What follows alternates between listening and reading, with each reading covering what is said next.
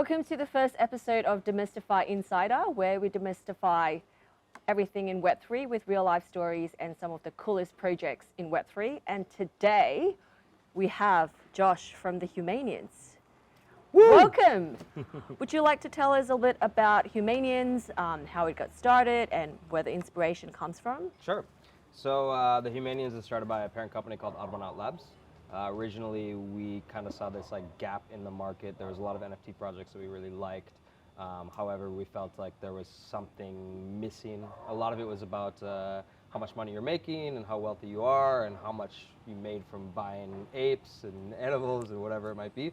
And while this is awesome, I love it, and I'm really happy for the people that are doing that and are making money, I felt like there was this path where NFTs were going where they were going to hit a wall with oversaturation, and we needed to progress, right? So the idea was that we created the Humanians, and the Humanians was the idea of changing the concept of NFTs from a wealth flex to a social flex, right? So how do we use NFTs for something more than just to show what our wallets are worth? How do we use them to show this is something that I care about, this is a cause that I care about, this is something I support?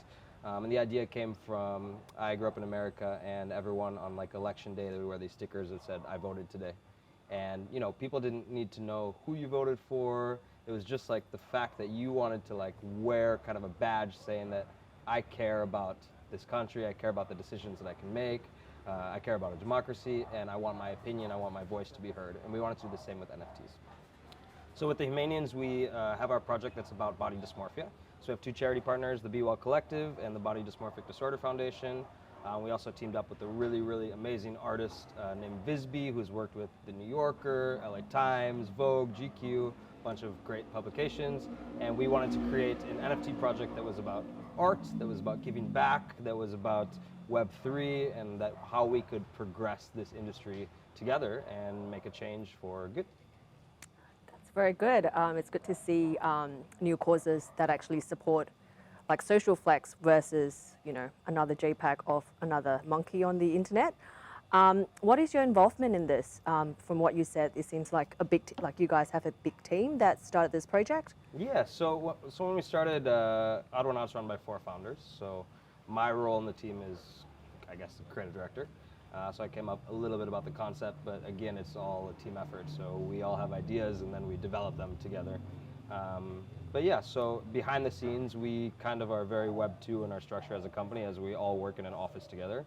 We have graphics team and web team and copywriting team and everyone that works all in-house. So when we started the project, we had about 30 people in-house, which is just really fun to actually bounce ideas off each other, and how we move forward and how we progress is really team effort that's worked through brainstorming, mix of our our opinions as founders and as a team, mixed with the opinions of our employee or staff team, mixed with the opinions of our community, mixed with the opinions of our advisors, and what the current market sentiment is at any time that we make decisions.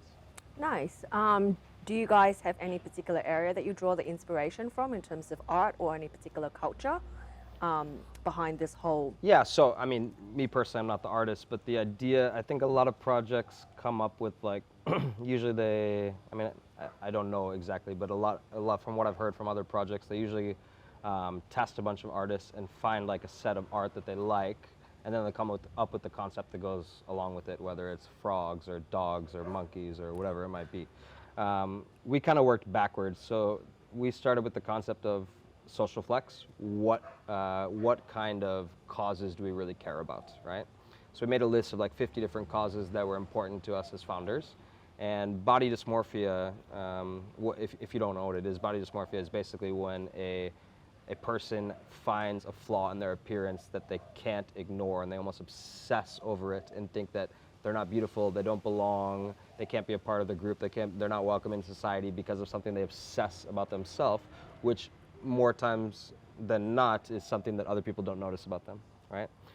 Which is, with the rise of social media and with advertising and Instagram filters and photoshopping bodies on billboards, has become a bigger and bigger and bigger problem, and people are just starting to talk about it, and we kind of wanted to be the thought leaders on let's bring this to light, let's make sure that people are okay to admit that there is something wrong, and they have a place that they feel welcome and they can talk about it, and other people who accept them for who they are without judgment. And that was a pretty big one to us because all of us have worked in the advertising industry in some aspect in the past, right? So it's, in a way, it's us coming forward and saying that we've been guilty of this, right? So we've had clients that have asked us to make ads where we do Photoshop bodies, or we get a casting brief for a commercial that's very specific, like we can only use a white woman with blonde hair or whatnot. And as humans being on this earth, we should celebrate diversity. Wherever you're from, no matter what you look like, no matter what you do, everyone deserves a place to feel loved, to feel belong. And I grew up in a very, very white area of America, and I never felt like I fit in, so it was kind of an idea that hit home with me. But we tried, we came up with a bunch of ideas, and then after we came up with the concept and we decided, okay, body dysmorphia, this is what we're gonna do. Then we started to talk to artists. So we had like maybe 10 or 20 different artists. We had them illustrate what it meant to them. What did they feel like the art would be that fit the situation? Because we don't want to limit creativity, right? And to everybody, it's subjective what it means to them. So we had quite a few that gave it a stab, and when we had Visby, we reached out, and she already had this style that kind of celebrated this. She was drawing humans in a very like abstract form with big legs and tiny heads and giant hands, and it really fit what we were trying to do, because it's kind of like we built this universe called Humania, and in this universe, judgment doesn't exist. It doesn't matter what you look like. No one compares you to images of advertising or what the Kardashians look like or what's trending on social media. So everybody feels welcome to be their self in their own style, in their own body, and feel great about who they are. So I love that. So I think you're really right about how with the rise of social media, like everyone is almost accustomed to look a certain way, and having a safe space to express who they really are is really something the world needs right now. And is that what the community of Humanians is, and is that what you guys offer as a utility? yeah, I mean, absolutely. So our utilities in our roadmap, with roadmap 1, we're almost done now. We're working on roadmap 2, which is pretty exciting, which we got some new things coming out that I'm really excited about, and the other founders are excited about too. But with roadmap 1, our utility was involved around how do we build this inclusive community, right? So we did have our charity partners that we gave 20% of our mint to. I actually got to travel to London to meet them. Coincidentally, they were both based in London. And we donated a little over or a little under 75 Ethereum to them, Wow. which for both of them was the largest single donation they've ever had, right? And it helped them. They both have their own like mini roadmaps and plans on what they're doing with the money, which is involving starting new seminars, virtual seminars, being able to get extra staff that can help, like how do we develop these companies in Web 2 so they can help real people in real life while we develop our brand in Web 3 to help people online. And I think that's really the beauty of Web 3 is, when we have all these PFPs and these Twitter avatars and Discord pictures and whatever it is that in society, people subconsciously judge everyone that they walk down the street and see. There's something in your mind that says, okay, like you walk down a sidewalk and you see someone, and your mind puts a story on what that person is, right? And it's just the way that society has kind of shaped us as humans. But the beauty of Web3 is that anybody can act and talk to and join whatever communities you want to be a part of, and nobody knows what you look like. Maybe you want to dox yourself, maybe you want to show, but you can be whoever you want. You can be your true self. And we really wanted to take the beauty of this in Web3 and how do we adapt it so we can create a community of like-minded individuals. So what we've curated in our community is we sold 5,800 units, and I think currently there's about 2,400 unique owners, and we're trying to curate the community that's all thinks like we do, what we're trying to build, where we're trying to go, how we're trying to include everyone. And this is a really big thing for us. So on our roadmap with Metaverse, what we're looking to build in the Metaverse as a safe space, being able to do donations to great charities, being able to create a community of individuals and be able to give back to not only body dysmorphia, but in future collections with other social impact causes and what we choose to do in the future through Autonaut Labs and other projects, all relates back. So I like to think that our community member and our typical buyer is somebody who all think like us. Realistically, it's not everyone, which is okay. Yeah. I mean, to each their own, and opinions are fine. Everybody should have their opinion. But I think what we're curating, what we're building together is attracting a similar mindset type of people. Right. So, in your own experience, do you think that the existence of avatar in Web3 has given people the permission to be themselves and actually express how they really feel versus in real, in-person contact? Or do you think that avatar might kind of make human more disconnected because it kind of cuts down in-person contact? I think I think it's completely spread apart because it depends what type of a person you are in real life. I mean, me myself, I like to think of myself as a very like outgoing. I don't know if that's type A or type B. I don't know what the types are. An Type of extrovert. personality. Yeah, I'm a very extrovert. Yeah. Like I thrive off of being with people in real life and feeding off other people's energy. Not everybody is like that, right? And you know, as humans, I think we all need some sort of communications from others, just to feel like we're part of something bigger than ourselves. Yep. You know, and for me personally, I'm comfortable like this in real life, and I don't think that the Web3 like personality for me needs to be altered or adjusted because I am myself all the time, good or bad. You know, we all have flaws and we all have our problems. But that being said, there's many types of personalities, you know, and some people don't feel as confident in their real life. They don't like to feel confident if they were at a bar or they were out at a cafe to be able to go up and talk to random people, to have conversations, to meet new friends. And while it is easy for some people, it's not as easy for others. So I think that there's a lot of benefits that it gives to the types of personalities who people who may be considered by society as loners or as introverts or as quiet people, like how they can feel themselves because they don't feel that someone can judge them based the way on that they look or how they talk or how they're dressed because it's just a PFP, right? Yep. They can be themselves without judgment, and that's beautiful. I Yep. really appreciate that and love that about Web3.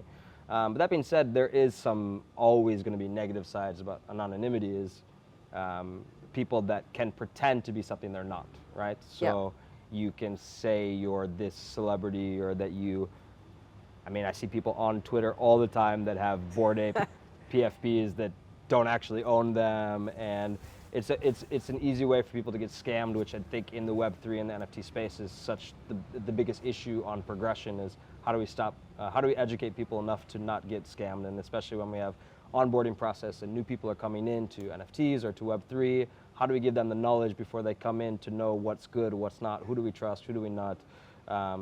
So there will always be good and bad sides, but we are focusing on celebrating the positive side because let's focus on positivity. The world definitely needs And that right now. positivity will knock out the negativity in due time. And do you have any like advice for people that wants to enter the space, or how they are able to differentiate between a great cause like yours and potentially a scam project?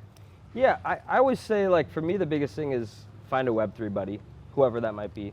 I know, like myself, when I first got into NFTs, I invested in so many rug pulls without knowing because I was like, oh, the art's really cool, or I saw someone on Twitter that said it was a really cool collection, and we tend to like think that if we see numbers, like someone with a good PFP said something good and there's a lot of retweets and likes, but realize that all of these things can be purchased and they all can be fictitious, right? Yep. So I think for me, in my experience, when I started to get into understanding like what are the better projects, what are good investments, that having like a partner that you can bounce ideas like, hey, I saw this project, what do you think?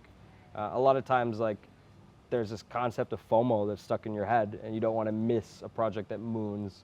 And we go on IC Tools or these sites that show like what's trending in NFTs, how many sales have happened in the last hours, how many mints happen. Even you know, in the last few days, I've been looking at some of these sites, and now even the new scam projects are getting very smart. Like, they will have a collection of 3,000 pieces, and when they mint, they will start minting them with their own wallets and then selling them back and forth to each other just to create volume and look like there's a lot of sales happening.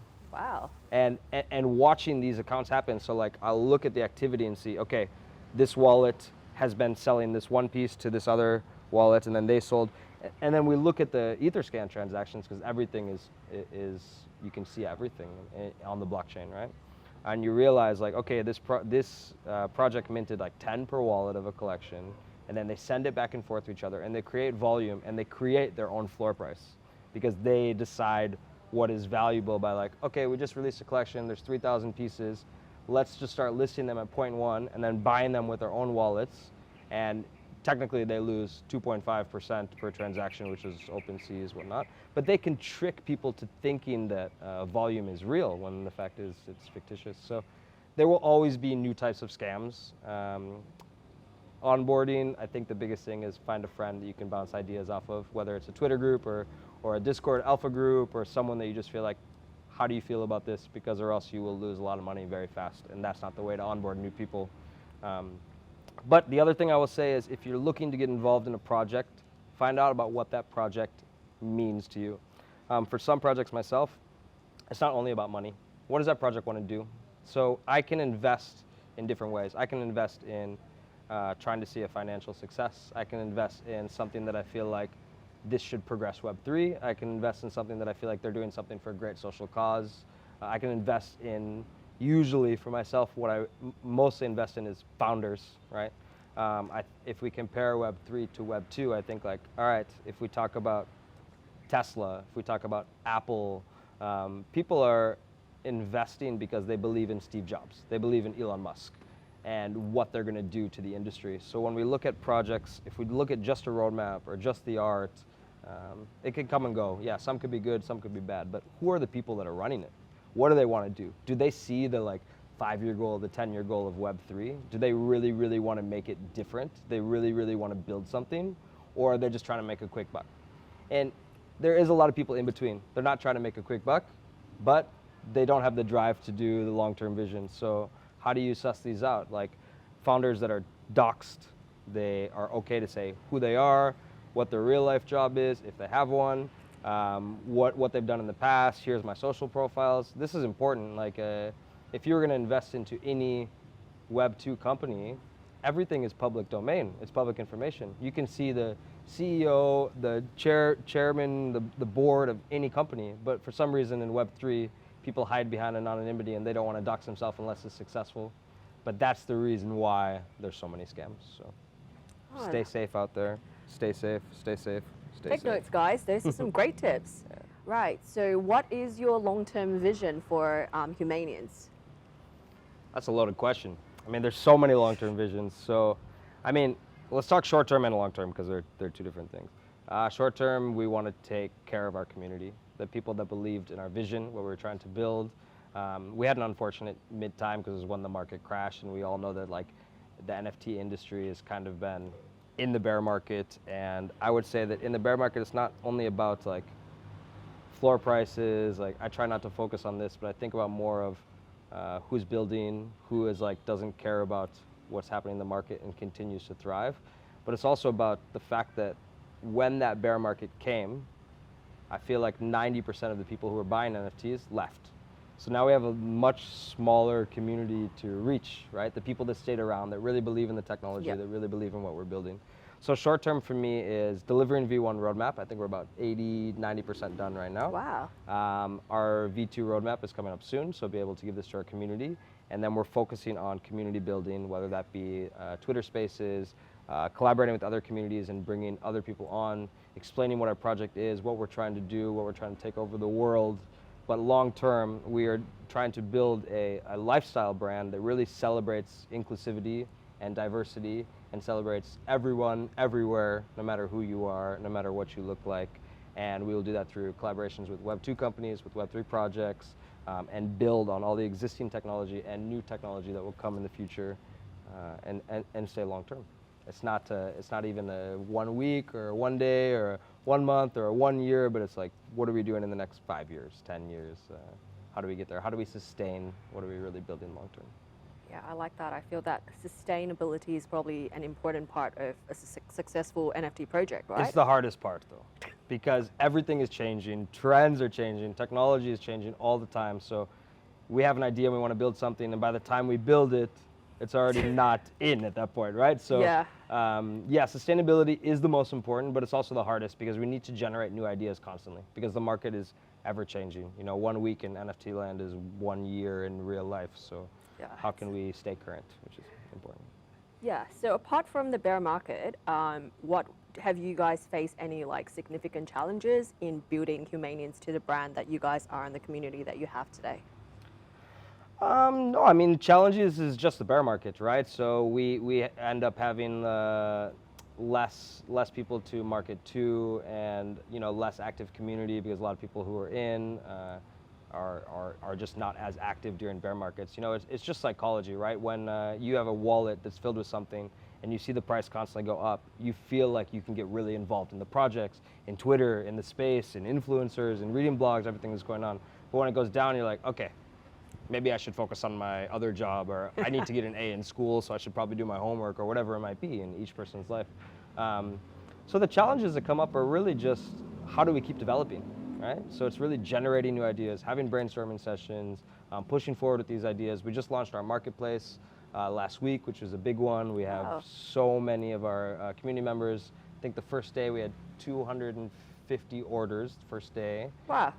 Yeah, and then we're moving into our coloring book that we're delivering to different Bali schools around the island that we're going to be giving out to kids, and our metaverse development, which is coming soon. So it's really focusing on, what did we aim to build, regardless of the bear market, regardless of what happened, what did we promise our community we would build, deliver it, then what is next and the next step. Are you able to tell us a little bit about your upcoming metaverse project, or is it still hush-hush? Well, still in development. Oh, okay, so if we're talking about challenges, that was one. So we built our whole roadmap, and everything was built on the concept of NFT worlds, right? So it's a technology that we really believe in. I had a few chats with the founder of NFT Worlds beforehand, and I really liked what they were trying to build, and how they were trying to take the blockchain and use the technology to mix with Minecraft, which already existed and been used by millions of people around the world and is built by Microsoft. But I think about 2 weeks ago, Microsoft announced that they were not going to allow Minecraft to exist with blockchain technology. Oh, wow. So this was a big, like, for example, we purchased NFT World's metaverse land for, I think, almost 5 ETH.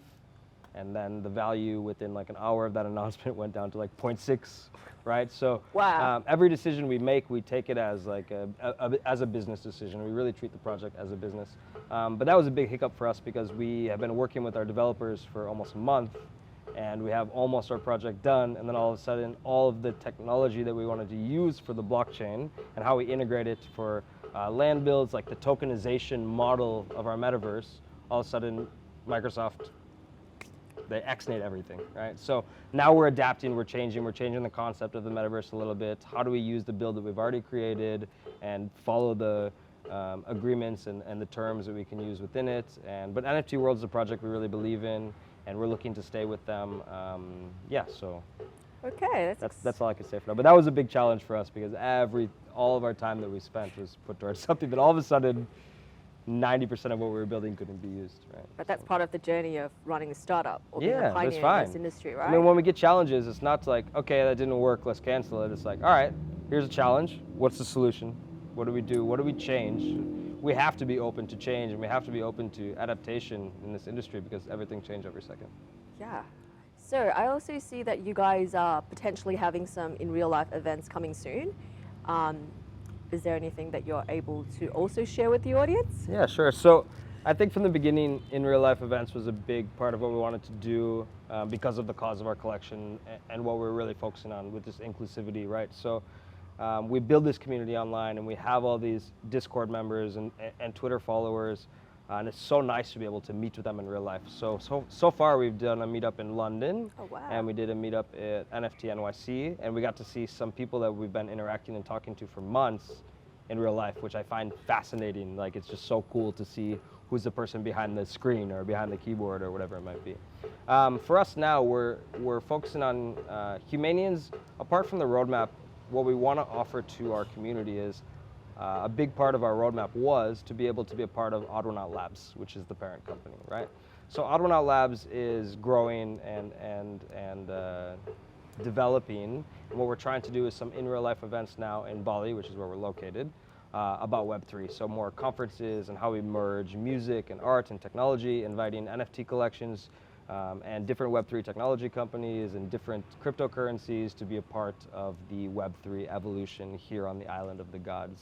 So wow. it's in process. We're putting a festival together right now. Takes a bit of time. Oh, okay. We're going to have a festival here in Bali. Yeah, we're getting there. Okay, we're the first to find out about this, Dun, right? dun, dun. Is this the first channel that knows about this festival? That's the first channel, yeah. this exclusivity. So how do you see the merge between virtual reality and physical reality, given that you guys have both parts, the metaverse part and also the real life festival, and how do you see them coming together into this beautiful synchronization of human connection? Well, I think it's just, to me, it's really finding ways to present activities and interactive elements that fit every type of personality for community members or potential holders in the future, right? And some people love to meet in real life, And we have some members that are like, oh, it's really cool that you're doing in real life events, but I'm not the type of person that would go. And that's okay too. So it's really not about how do we merge, it's more about how do we cater, right? How do we cater to different personality types? How do we cater to different crowds?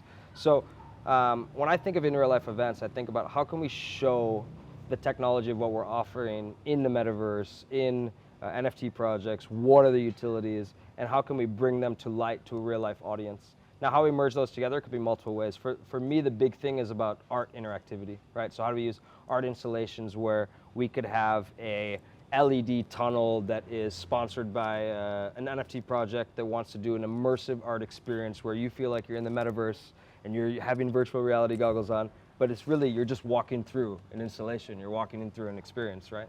So when I think about brands and collections who have done like a good job at merging Web 2 and Web 3, I really think about the experience, right? So at NFT NYC, I went to the Doodles Genesis Box minting event. So they rented out a storefront in NYC and they basically converted it into like feeling like it was a minting factory. Like this is where NFTs are made. So they had these giant looked like old school like computer machines that had these tubes that had like fluffy balls inside of them that connected to different areas. And they made the minting process in a real life experience. So you went up to the computer, you would type in your information, whatnot, whatever you wanted to do. You would put in your credit card, you would mint. They actually were sponsored by Shopify for this experience. So you minted physically with the credit card, paying fiat, not crypto.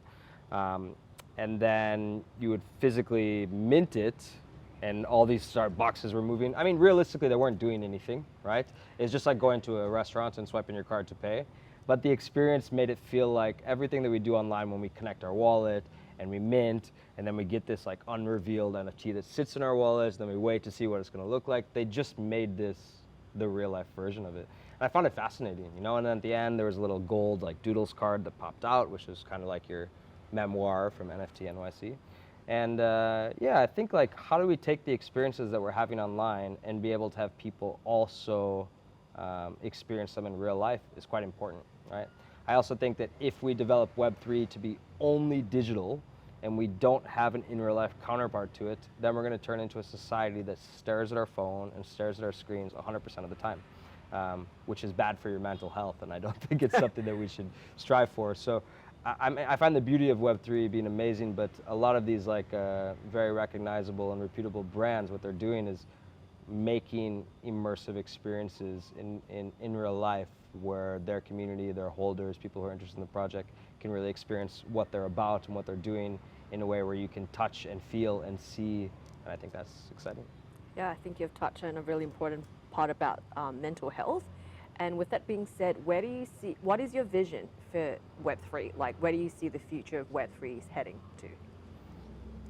Oh my gosh, I don't know. I mean, Web3 is a very broad term, but I mean, if we're talking about NFTs in general, I just think of the wide use cases. I think that how people are using them now is only a small fraction of what they'll be used for in the next 5 years.